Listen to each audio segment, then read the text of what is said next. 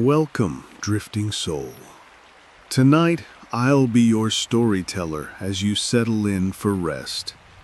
If you enjoy hearing these late-night tales, please remember to like and subscribe. Let me know in the comments where you're listening from and what time it is there. And if there's a story you'd like me to share on another night, feel free to suggest it. Now, gently close your eyes. The humming of my laptop fan was the only thing I could hear late that night. It was one of those nights when you feel totally invisible, alone in your tiny apartment in London, scrolling through things you probably shouldn't. You know how it is. You get deep into the weird parts of the internet, past the surface stuff. I'd been messing around with Tor for a few months, mostly just looking up old banned political documents and stuff like that. I wasn't some hacker or anything. I was just a grad student, doing a lot of reading and feeling pretty alienated from the world, if I'm being honest. Then I stumbled onto the hidden wiki, and things got different. It's a mess of links. 99% of it just scams or truly disturbing garbage. But every now and then, you find something that actually piques your intellectual curiosity. That's where I found cult.onion. The link description was something pretentious like a sanctuary for radical philosophical discourse. Sounded exactly like the kind of place where overly read, under-socialized people go to feel important. Perfect for me, right? It was set up like an old-school forum. No fancy graphics, just text and a few subsections. At first it was just intense debate. We'd tear apart Nietzsche, deconstruct modern ethics, and talk about what a true moral vacuum would look like. It was invigorating. They had a leader known only as the Shepherd, who had this incredible, hypnotic way of writing. Everything he said was dense, logical, and somehow incredibly seductive. He wasn't just arguing, he was building a worldview, brick by brick, that made the real world outside seem hollow and pointless. I got pulled in deep. I mean, really deep. I wasn't posting a lot, but I was reading everything, sometimes staying up until 4 a.m. I started neglecting my actual coursework. My flatmate, Ben, would ask me why I looked like a ghost, and I'd just mumble something about a big research paper. The truth was, I felt like I was part of something secretly smarter than everyone else. I even bought a new encrypted drive just for my cult.onion notes. Paranoia, I guess, but it felt justified. After maybe 5 or 6 months, my username, which embarrassingly was Skeptic Prime, started getting mentioned by the Shepherd in the main threads, citing my points and even challenging them, which made me feel validated, like I'd finally passed some invisible test. Then the message landed in my inbox, a simple, encrypted PM from the Shepherd himself. The subject line was chillingly simple: the trial of faith. I remember my heart starting to thump against my ribs hard enough that I could hear it. I clicked it open. The text wasn't a philosophical query. It was a checklist, a test of loyalty, as he called it. The message explained that true philosophical understanding required action, not just words, that we needed to test the boundaries of societal compliance. The first few points were relatively tame, but still illegal. Item 1. Vandalize an area of public art. Ensure it is documented, but untraceable. I felt sick. This wasn't a debate club. This was something else. Then it got worse. Item 3. Sabotage a minor, non-essential piece of public infrastructure. The goal is confusion, not harm. Time, date, and method must be documented. And the worst one? Item 5. Choose a person who, in your judgment, is living a complacent, undeservedly happy life. Engage in a sustained campaign of digital and physical harassment designed to introduce a genuine sense of existential dread. Document their reaction subtly. I stared at the screen, my blood turning to ice. This was a blueprint for criminality, for moral decay. They weren't philosophers, they were a cult, training their members, me, to become operatives. I closed the Tor browser immediately. My hands were shaking. I wanted to forget I'd ever seen it. The next morning, I couldn't focus. I decided that's it. I'm going to delete the drive, wipe my browser history, and pretend this never happened. But as I sat down at my laptop, I got a regular email notification. Not a Tor message, a normal, unencrypted email to my personal address, the one I only use for university and utilities. The email was from an address I didn't know, with no subject line. The body of the email was just a single photo. It was a photo of Ben, my flatmate. He was standing on the fire escape outside our kitchen window, smoking, looking down at his phone. It was taken from an angle that meant the photographer had to be standing in the alley directly below, behind the bins. The photo was time-stamped exactly 2 hours after I'd opened the shepherd's trial of faith message. There were no threats, no text, nothing else. Just that picture. That's when it hit me.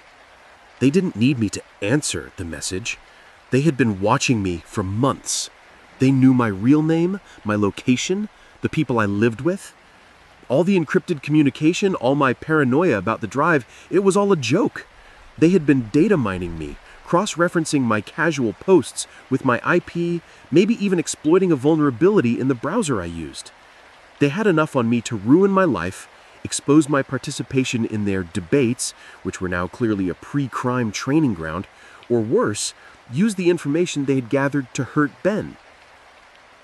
I didn't try to delete the drive. I didn't try to wipe the browser. I just sat there, looking at the picture of Ben, realizing the chilling, terrifying truth: I was trapped. I went back to the forum that evening. I opened the shepherd's message again. I hadn't failed the test of loyalty yet. I hadn't even started it. But the choice was gone. I spent the next hour researching public art installations near my area. I needed to pick a target for item 1. It felt less like a philosophical exercise and more like a ransom. Now, weeks later, I'm doing things I never thought I was capable of. Small, horrible things. The sabotage was the hardest, but I managed it. Every time I complete an item and document it, a quick, grainy photo or a short, shaky video, I upload it through a series of proxies, and I wait. I haven't told anyone. Ben still thinks I'm just stressed about my thesis. I look at him sometimes, laughing on the phone or watching TV, and I feel a knot of pure guilt and dread. I know I'm protecting him, but I also know I'm becoming the kind of person the shepherd wanted me to be. The last message I got wasn't a new test of loyalty list. It was just a brief acknowledgement. Well done, Skeptic Prime. Your foundations are solid. We have a greater task in mind when you are ready. I'm waiting for that next task. I don't know what it is, and I don't know if I can say no. I just know that when I look in the mirror now, I don't see an alienated grad student anymore.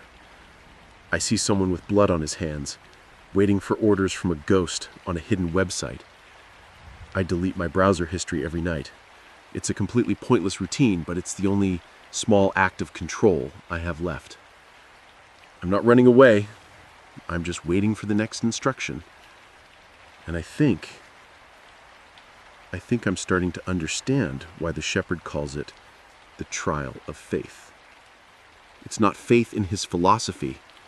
It's faith in your own capacity for evil.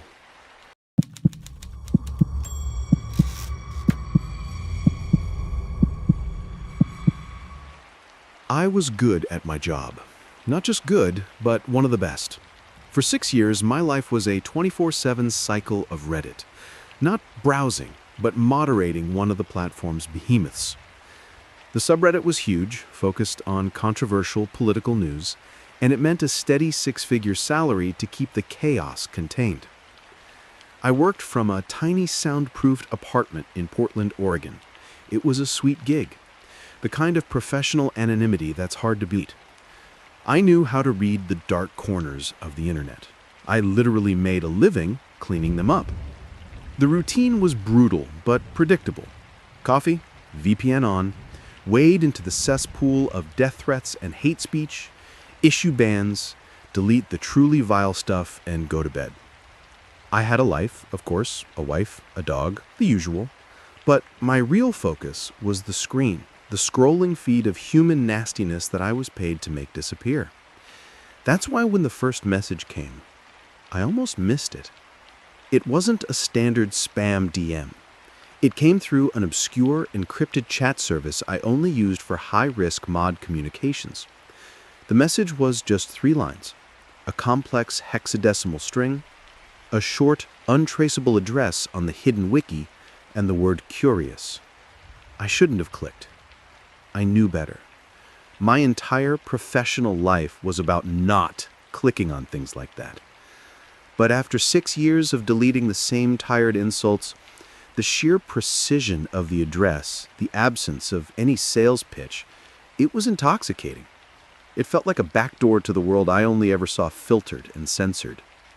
The site, when I finally navigated to it, was stark. No graphics, just black text on a dark gray background. It was a forum called the Atrium.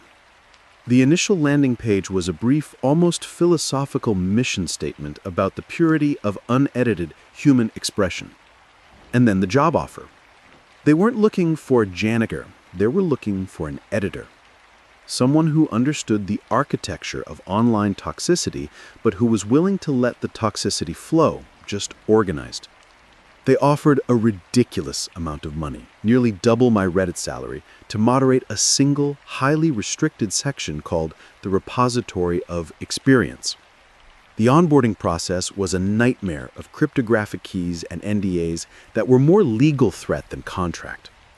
My contact, an anonymous entity who went by Mentor, communicated only in brief, imperative sentences. My new section, the repository, was exactly what the hidden URL suggested: an anonymous confession board for people detailing crimes. Not the generic, melodramatic, I murdered my neighbor nonsense you see on every dark web parody site. This was different. These posts read like forensic reports written by literary authors. They were detailed, mundane in their mechanics, and utterly chilling. Initially, I moderated with a detached professionalism. My job was to ensure anonymity was preserved, that the posts adhered to the format, chronological, first person, no names or places mentioned, and to delete the obvious fantasy. For a few weeks, I chalked it up to extreme cathartic role-playing. It had to be. Nobody just publishes a step-by-step account of a crime. But then the patterns started emerging. It began subtly with the language. 3 separate confessions, weeks apart, used the same peculiar, almost archaic term for a specific type of knot: the king's head cinch. It was an old mariner's knot, rare to see outside specialized literature. Then came the geography. The rule was no names, but the description of the locations became too specific, too overlapping. Post A. The sound was muffled by the elevated train crossing the steel bridge near the old flour mill. Post B. The stench of stale river water and decaying grain near the loading docks. Post C. I discarded the tool in the river's slow current just downstream from the abandoned mill complex. I pulled up satellite maps of every major U.S. city with an abandoned flour mill and an elevated train line. I narrowed it down to one location in Detroit. My stomach began to churn. Coincidence, I told myself. Someone is just building a coherent world for their fiction. But the terror didn't solidify until the Observer appeared. It wasn't a username, it was a signature. At the bottom of 4 separate confessions, all detailing different methods and victims, there was a single cryptic sign-off: SOBS 1.2. The first number, I theorized, was the sequence of crimes. The second was the type of crime.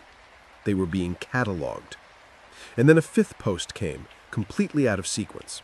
It was a short, almost poetic entry. It didn't describe a crime in detail, only the planning of one. The final line, however, was the kicker. It described a specific type of rare, high-security lock on a door and how it was defeated. Just yesterday, my wife, Sarah, had sent me a text complaining about the difficulty of replacing the antique lock on the back door of our soundproofed apartment building. The kind of obscure, expensive lock she'd sent a picture of was the exact lock described in the Observer post. My hands started shaking. I minimized the browser. I went to the window, pulled back the blackout curtain, and stared out at the narrow alley behind our building. My heart was pounding, a thick, nauseating drumbeat. The post had been submitted from a different IP than the others, a rotating Tor relay that was almost impossible to track. But it wasn't the IP that mattered, it was the knowledge. This wasn't a world builder on a forum. This was a single entity, Observer, who was using my exclusive high-security forum not just to confess, but to document their life's work. And the lock post? That was Observer telling me, the anonymous, well-paid moderator, that my world was also part of their documentation. They had bridged the gap between the forum and my soundproofed apartment building in Portland. I had been cataloging his crimes, and now he was cataloging me. I walked into the kitchen, picked up my phone, and hesitated. Call the police? Hi, I moderate a forum for an anonymous group of wealthy elites, and one of the users, who I think is a serial killer, wrote a post that accurately describes my extremely specific backdoor lock. They would laugh, trace the call, and my six-figure anonymous life would implode. The forum would disappear in minutes, and Observer would vanish. No, I couldn't call. I had to go back to the screen. I opened the forum, my mouth dry.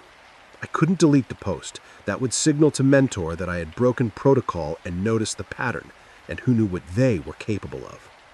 I scrolled down, past the Observer's description of my lock. The next confession was already there, freshly submitted. It was titled simply, The Watcher. I didn't open it. I just logged out, unplugged my internet cable, and sat there in the dark, the green glow of my monitor reflecting in the glass of the window. My job was to keep the world out, but I realized with a sickening finality that my job had only served to give a monster a stage, and now that monster knew the exact specifications of the lock on my door. I'm still here, still moderating. Every post from SOBS 1.x makes me feel a little colder, a little thinner. I have the evidence, I have the pattern, I have the only window into this horror. But the moment I open that window, the Observer on the other side will know I'm looking back. The silence in the apartment now is not safety, it's a terrifying lack of warning. I just watch and wait for the next post.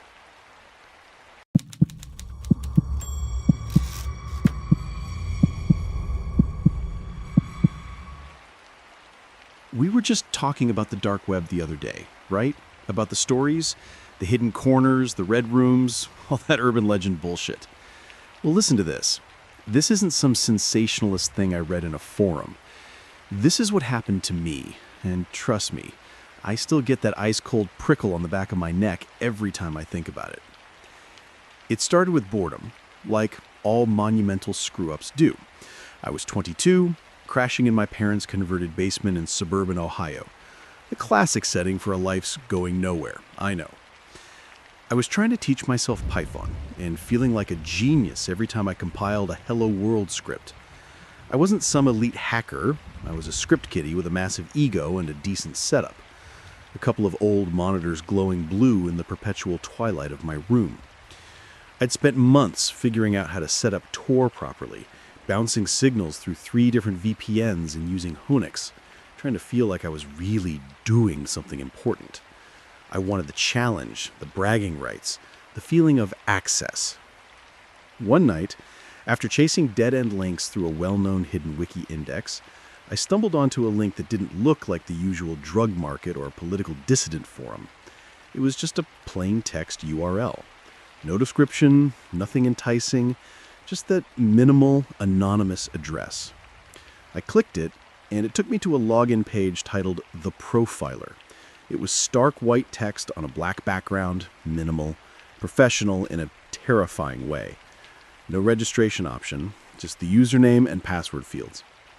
I spent 2 days brute forcing default credentials until, by sheer dumb luck and a lot of caffeine, a forgotten old password I often used for throwaway accounts actually worked. I got in. The place wasn't a forum in the usual sense. It was a digital catalog. It was structured like an auction house, but instead of physical items, the listings were just file names. They were profiles. Complete, surgically extracted digital ghosts of real people. Bank records, credit scores, medical diagnoses, sealed court documents, corporate correspondence, everything. It was terrifyingly high grade. The kind of data the NSA probably trades in, not the sloppy stuff you see on public dumps. The sellers weren't posting vague threats. They were posting meticulous data sheets and demanding six-figure cryptocurrency transfers. This was the dark web's high street, and I was window shopping with a fake ID. I was paralyzed, sitting there, bathed in the sickly blue light of the monitor. This was way beyond my pay grade, beyond my fantasies of hacking a local pizza parlor's Wi-Fi. But the dare, that stupid, adrenaline-fueled part of my brain that needed validation, kicked in. I had to prove I could do it, that I could handle the heat. I found a listing, a new one, marked U.S. suburb, low-value asset, full profile, starting bid 0.05 BTC. It was cheap for that level of detail. It was priced like a clearance item. I set up a throwaway wallet, scraped together the equivalent of about $3,000 I'd saved from an old coding contract, and placed the minimum bid. I fully expected to lose, or for the whole thing to be an elaborate phishing scam designed to steal my crypto. An hour later, I received the notification, purchase complete, file ready for download. My heart felt like it was trying to punch its way out of my ribcage. My hands were actually shaking as I downloaded the encrypted zip file. It was huge, almost 5 gigabytes. It took 15 minutes to decrypt the archive using the key provided. When the folder finally opened, the file structure was overwhelming. Subfolders labeled credit, medical, DMV, travel, correspondence, everything.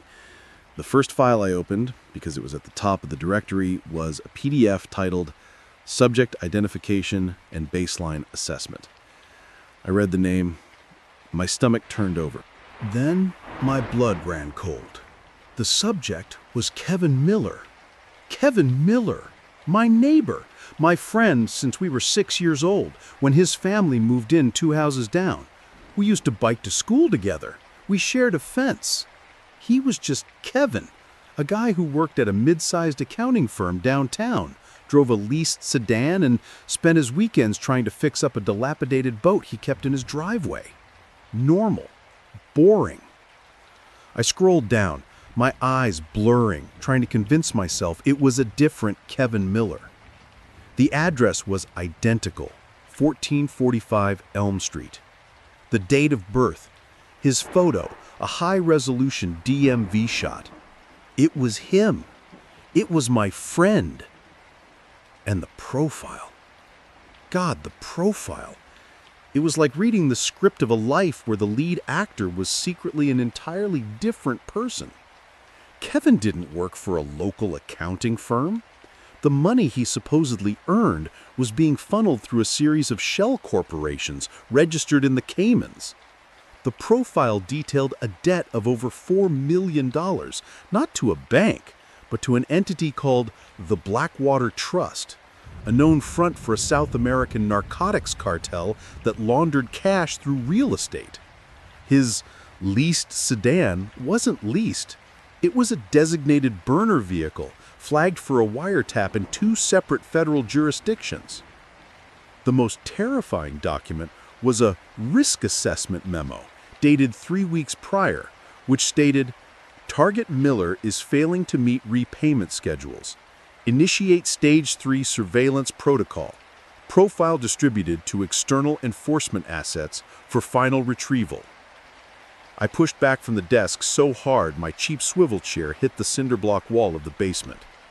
Final retrieval. That sounded a lot worse than foreclosure. My immediate reaction wasn't fear for Kevin, not yet.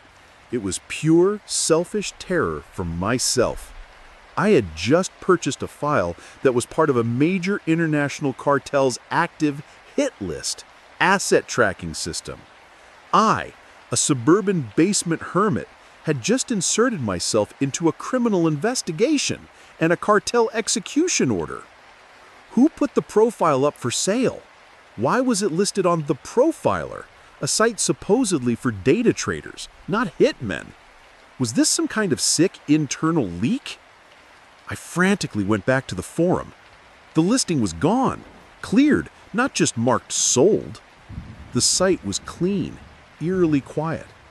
I tried to find the transaction history on the throwaway crypto wallet, but the service I used, designed for maximal anonymity, had already scrubbed the details. It was designed to disappear, which meant my money was gone, but so was any trace of me, except for the trace the sellers had already captured. I didn't sleep for 3 days. I went through the folder again and again, looking for an error, a mistake. But the depth of the detail was undeniable. The documents were real, with actual government letterheads and encrypted signatures. Then the paranoia started. It wasn't a sudden movie-style flash. It was gradual, like a slow drip filling a bucket under my bed. I started noticing things on Elm Street. First, it was the sound of the pavement outside my window. When I was deep into the files, around 3 a.m., I'd hear a low, muffled idling sound. Not a truck, not a neighbor starting their shift, just an engine, barely running, sitting somewhere nearby. When I looked out through the small, high basement window, the street was dark, but the air felt heavy, like something was waiting just around the bend. Second, it was the service van, a white, unmarked Ford Transit parked across the street from Kevin's house, always near the same junction box. Different magnetic logos every time, but it was always the same model. And the driver never seemed to be working, just sitting there, head tilted down, maybe on a phone. The moment I stepped onto my porch to grab a package, the driver would look up, straight at my window. Just a flicker of movement in the shadows, but enough to make me step back inside instantly. The worst was the feeling when I looked at Kevin. I saw him mowing his lawn the next Saturday. He waved, that goofy, familiar childhood friend wave. He asked if I could lend him a wrench for his boat. And I just stood there, staring at him, knowing that the man in front of me was a ghost walking, and I was holding the classified obituary. How could I act normal? How could I lend a wrench to a guy being surveilled by people who had no problem with final retrieval? The biggest question clawed at my mind. Who sold the profile? Someone knew Kevin's secret. Someone knew he was an asset about to be decommissioned. And someone on the profiler knew that I, a guy who barely passed his high school algebra test, was competent enough to stumble onto the link, buy the file, and decrypt it. That realization, that I was either monitored as a potential buyer or worse, that the link was a trap set specifically for someone like me, is what truly broke my nerve. I had paid $3,000 to buy a target's coordinates. Now the sellers knew my digital signature, my IP address, however obfuscated, my crypto wallet, and my location relative to the asset. I was a loose end in a very clean operation. I deleted the files. I burned the hard drive. I even dissolved the laptop in a tub of harsh chemicals. I was a mess. I rebuilt my entire system, flushed my VPNs, and shut down my basement operation. I even changed my work hours to avoid running into Kevin. I stopped looking out the window. The silence, the lack of activity, was just as terrifying as the van. It's been 6 months. I moved out of the basement and into a small apartment 20 miles away. I haven't spoken to Kevin since that day on the lawn. I drive past Elm Street once a month, just to check. Kevin's house is still there. His wife still parks her car in the driveway. But the boat is gone. And a new white van, this time marked cable service, is usually parked a little further down the street. It's a newer model, more discreet. And sometimes, late at night when the silence in my new apartment is too loud, I feel that prickle again. I'll open my old email, one I haven't used in years, and in the spam folder, among the pharmaceutical ads and Nigerian prince letters, there's always one unread email. No subject, no body, just a single non-clickable attachment. It's too small to be the full 5 GB profile, but it's there, sitting in the trash queue. A digital ghost of a single file. A reminder. I never open it, but I know what it is. It's the updated risk assessment. And I know that whoever is watching Kevin, whoever sold his life, is definitely watching the guy who tried to buy it. I'm just waiting for my turn to be listed on the catalog.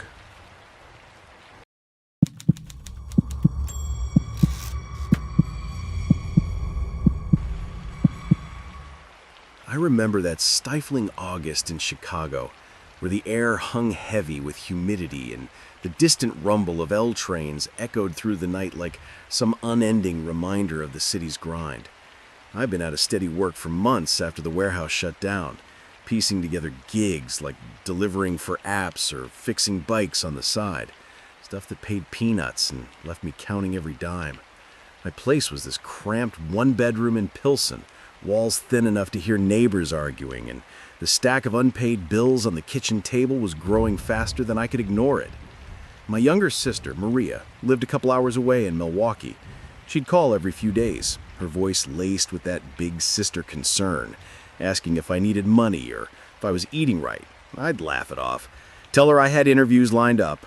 But inside, the pressure was building, like a knot in my chest that wouldn't loosen.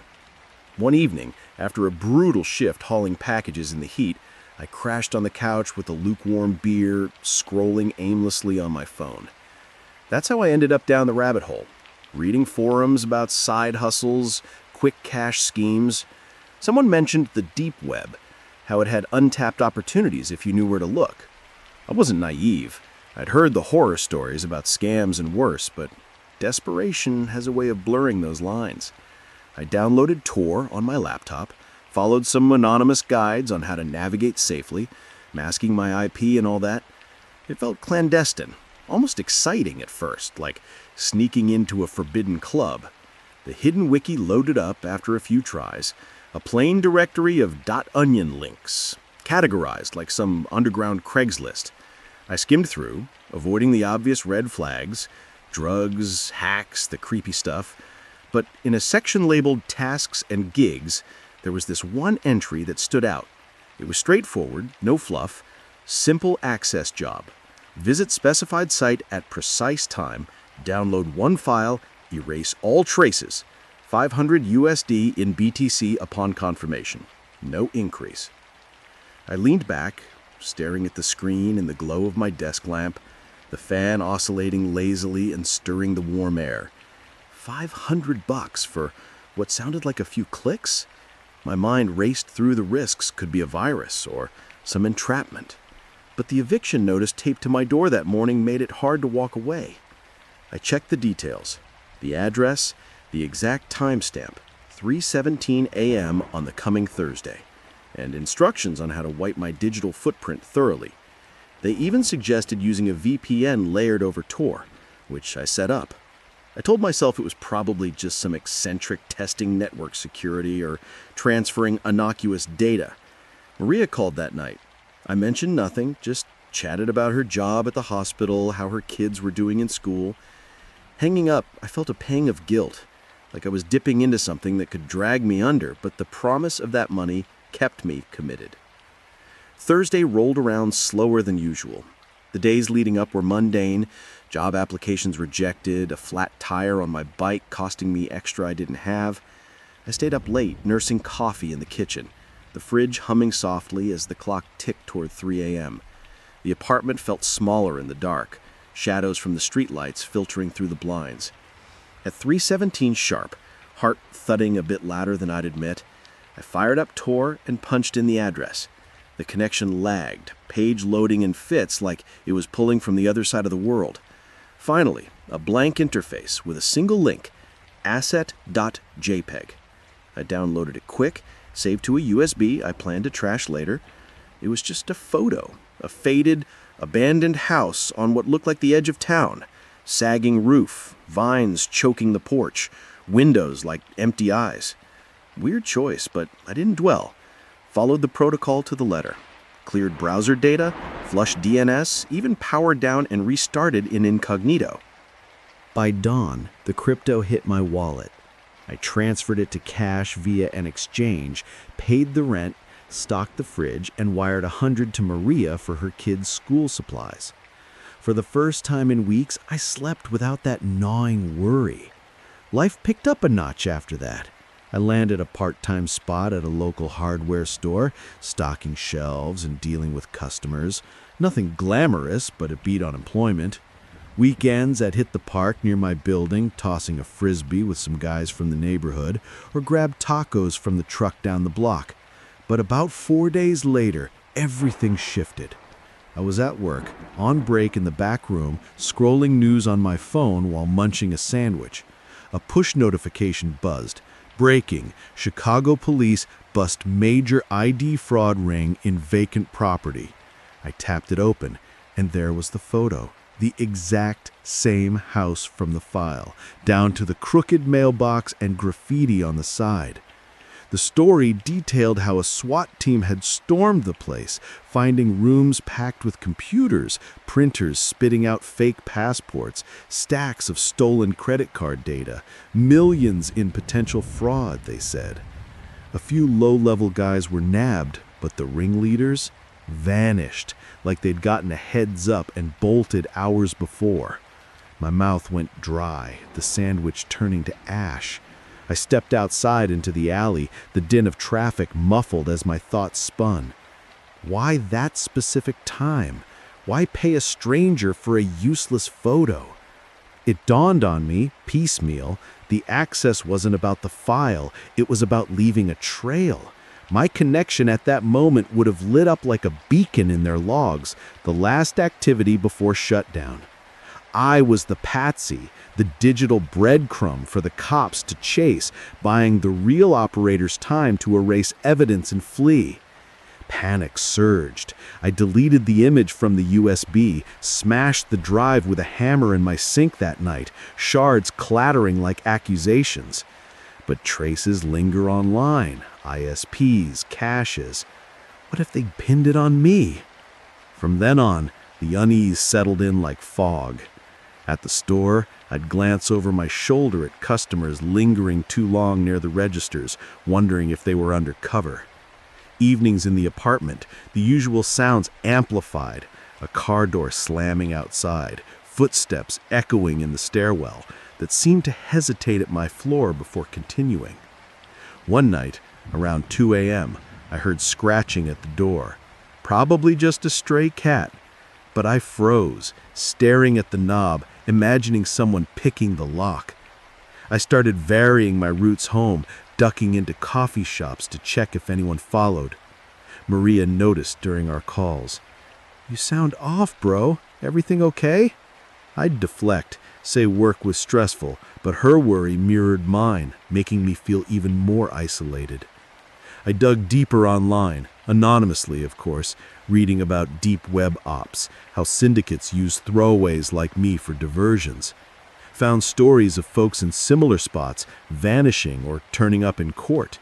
It fueled the paranoia. I'd wake from dreams of sirens, sweat-soaked sheets tangled around me.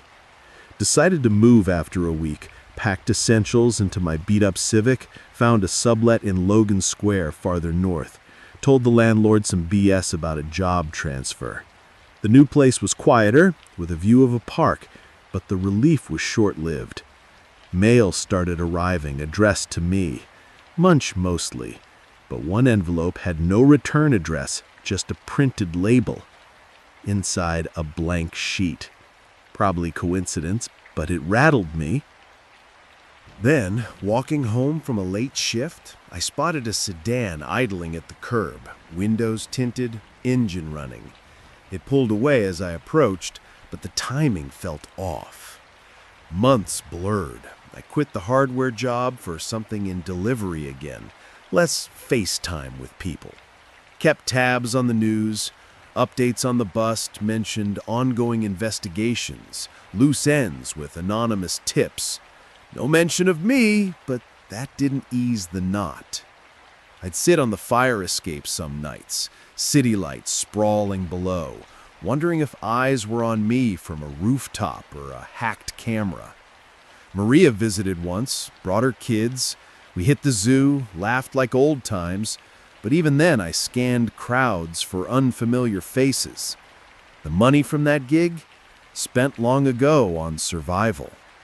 Yet the shadow of it clings, an invisible weight.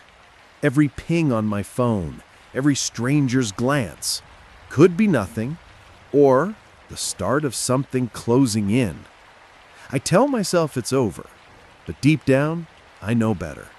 Once you're marked in that world, the game doesn't end easy.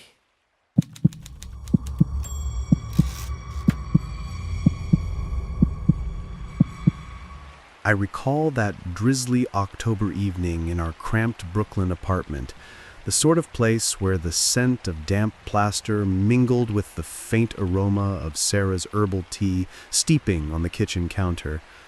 We'd snagged the lease 5 years earlier, enticed by the exposed brick walls and the proximity to Prospect Park, envisioning family picnics and weekend strolls amid the changing leaves. But now those walls felt like they were closing in, amplifying every creak and whisper from the old building's bones. I was pushing 40, a wiry journalist with a habit of chewing my nails during deadlines, my hair prematurely graying from years of chasing stories that blurred the line between ambition and recklessness. Sarah, my rock, was 36, a dedicated ER nurse whose shifts left her with dark circles but an unyielding optimism that had pulled me through rough patches before. And Mia, our 7-year-old whirlwind. Wait, no, she was 5 back then. Her curly hair always escaping its braids, her laughter a balm against the world's grit. She was the reason I pushed forward, yet also the vulnerability that now haunted me. The tip had originated from a shadowy subreddit for investigative reporters, a place where pseudonyms shielded the foolhardy. Whispers of a white market on the hidden wiki, a notorious directory lurking in the Tor network's depths, cataloging illicit services beyond the reach of surface web crawlers. This wasn't about narcotics or firearms. It specialized in human commodities, trafficking veiled as elite transactions, with an extortion arm preying on the influential. Celebrities, executives, politicians, anyone with skeletons worth burying. My editor, Harlan, a chain-smoking relic from print days, had dangled the assignment like bait. "This could be your big break, kid," he'd rasped during our weekly call, his voice crackling over the line. I'd hesitated, weighing the peril against our mounting bills, Sarah's student loans, Mia's preschool fees, the dream of escaping the city's clamor for a quieter suburb. But the journalist in me couldn't resist. Exposing this could safeguard innocence, maybe even fund that down payment. Sarah had eyed me warily when I mentioned it vaguely. "Just promise you'll keep it digital, no fieldwork heroics," she'd said, squeezing my hand. I nodded, but deep down, I knew the digital realm could bleed into reality. That night, after Mia's bedtime ritual, her insisting on 3 stories, each with exaggerated voices, I retreated to my makeshift office, a nook carved from the living room with a folding screen for privacy.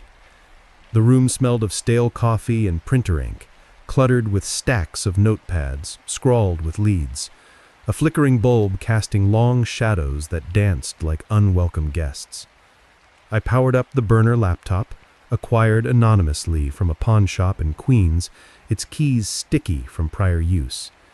Tor browser engaged, VPNs layered like armor. I'd spent hours configuring them, drawing from tutorials on privacy forums to ensure no leaks. The hidden wiki materialized slowly, a plain-text nightmare of links to depravity, forums for hitmen, stolen identities, worse. Under specialized procurements, Echo Vault beckoned, a site boasting custom leverage acquisitions for discerning patrons. The demo promised a glimpse: submit a target's name, remit a trifling crypto sum, and retrieve an encrypted sampler of compromising data. Ethics gnawed at me as I pondered the implications.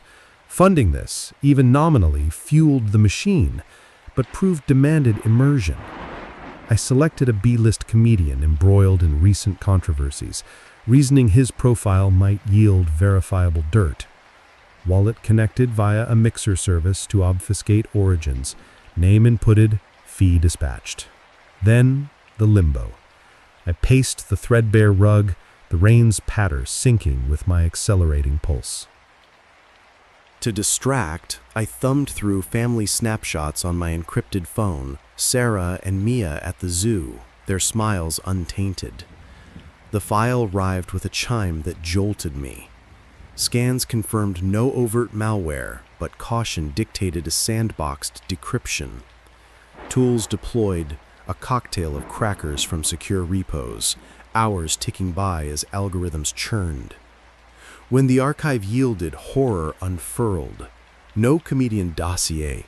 Instead, a meticulously organized assault on my privacy. Redacted credit reports hinting at debts we'd consolidated. Geotags from our anniversary trip to the Hudson Valley, exclusive to a password-locked cloud album. Medical histories, Sarah's asthma flares, Mia's ear infection logs from last winter. The videos were the dagger. Infrared footage of Sarah slumbering, her chest's rhythmic rise captured with clinical detachment, time-stamped to a shift when I'd been home alone with Mia. Angle from within the wardrobe? Our closets were locked nightly. Worse, Mia's sequence. Her pastel nursery, stuffed animals strewn, her tiny form murmuring in dreams. Overhead perspective? Perhaps the smoke detector? We'd replaced it months prior during a routine inspection. The realization crashed. Echo Vault wasn't merely vending extortion. It ensnared inquisitors, harvesting session data through insidious exploits. Browser fingerprinting, wallet backdoors, perhaps even quantum-resistant breaches I'd underestimated. Clients became commodities, a recursive nightmare. My mind splintered into fight or flight. Delete? Insufficient. I obliterated the drive with a mallet in the sink, porcelain chips flying like shrapnel. Confess to Sarah? The thought paralyzed. Her trust in my judgment was fragile after a prior botched story that drew anonymous calls. Instead, I opted for containment. Upgrade home security, monitor networks, lie low. But the seed of dread germinated, sprouting tendrils that wrapped my psyche. In the ensuing days, anxiety manifested as a constant hum, like tinnitus from a forgotten concert. I'd jolt awake at 3 a.m., convinced of footsteps in the hall, only to find silence mocking me. Decisions piled. Skip the usual coffee run? Yes. Very routes to evade patterns. Mia's school drop-offs became labyrinthine detours through graffiti-splashed alleyways and bustling avenues. Her questions, "Why this way, Daddy?" met with forced cheer. "It's a game, sweetie." But internally, vulnerability eroded my core. Every stranger's glance on the subway felt probing. Every notification a potential trap. Sarah noticed the shift, her brow furrowing during our sparse dinners at the cluttered table, meals hastily assembled from takeout amid her exhaustion. "You're jumping at shadows," she'd murmur. Her touch meant to soothe, but ignited guilt. I deflected, citing workload, but powerlessness festered. How to shield them when the enemy was intangible? Paranoia deepened into depression's undertow, days blending in a fog of hypervigilance. I'd stare at Mia's drawings, innocent scribbles now scanned for hidden messages, her shadow friend sketch evoking chills. Low self-esteem crept in. I questioned my prowess as provider, protector. Was this hubris's toll? Therapy crossed my mind, but admitting fragility felt like surrender. Instead, I'd buried myself in countermeasures, anonymous consultations on dark web recovery forums. Futile traces of EchoVault's operators yielded dead ends. Sarah's hang-up calls escalated, muffled breaths before disconnects. She laughed them off as glitches, but I logged timestamps, patterns emerging like constellations of threat. One crisp morning in the park, leaves crunching under Mia's sneakers as she chased pigeons, a drone buzzed overhead, its whir amplifying my fear response. Heart pounding, sweat beating despite the chill, I herded us home prematurely, Mia's protests piercing. That night, PTSD-like flashbacks intruded, replaying the videos mentally, imagining eyes in every corner. Sleep evaded, replaced by rumination. What if they leaked Mia's footage? The mere notion induced panic attacks. Chest tightening, breaths shallow. Sarah confronted me in the dim bedroom glow, Mia's soft snores audible through thin walls. "This isn't you," she pressed, her voice laced with concern. I divulged partial truths. The probe backfired, vague surveillance, omitting depths to spare her. She urged counseling. I acquiesced outwardly, booking a session I later canceled, deeming it risky exposure. The psychological siege intensified family fractures. Mia's nightmares surged, waking cries of, "The Watcher!" Her once vibrant energy dimmed, clinging more, perhaps sensing my unrest. Sarah withdrew into work, our intimacy strained, touches tentative, conversations clipped. I grappled with isolation, the powerlessness birthing resentment toward my profession, myself. Decisions loomed. Abandon journalism? Tempting, but our finances teetered. Relocate? Impractical without funds. Instead, I fortified digitally. New emails, hardened routers, yet doubt persisted. A misplaced bear on the fire escape, unscathed but relocated inexplicably, fueled delusions of intrusion. No evidence, but the mind filled voids with horrors.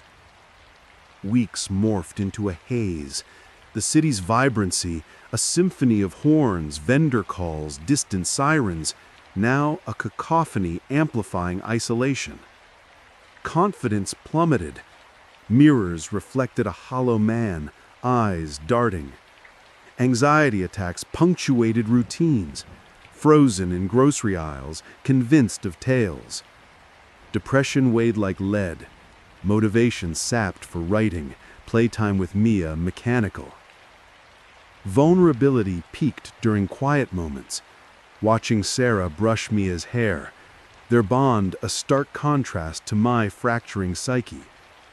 Trauma bonded invisibly. Every login evoked dread, every shadow a harbinger. No demands arrived, no climax, just erosion. A psychological attrition grinding resolve. The apartment, once haven, morphed into panopticon. I check vents obsessively, question loyalties, ponder escape. But flight risks exposure.